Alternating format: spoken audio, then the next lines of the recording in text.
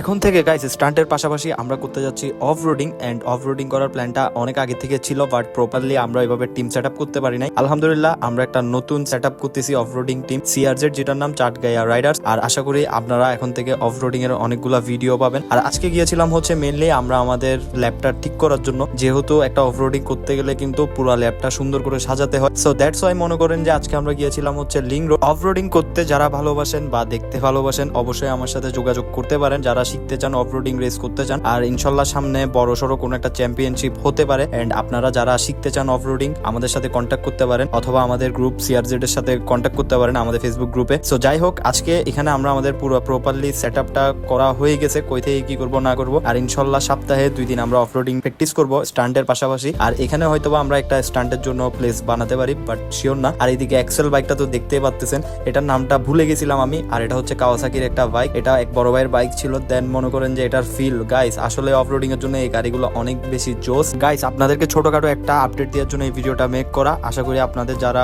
Off roading করার ইচ্ছা বা দেখার ইচ্ছা অবশ্যই আমাদের সাথে যোগাযোগ করবেন। এন্ড আমাদের সামনে যে প্ল্যানগুলো আছে এগুলো যাতে প্রপারলি সাকসেস হয় অবশ্যই আমাদের জন্য দোয়া করবেন, আর আমাদের ফুল টিমের জন্য দোয়া করবেন। আসসালামু আলাইকুম।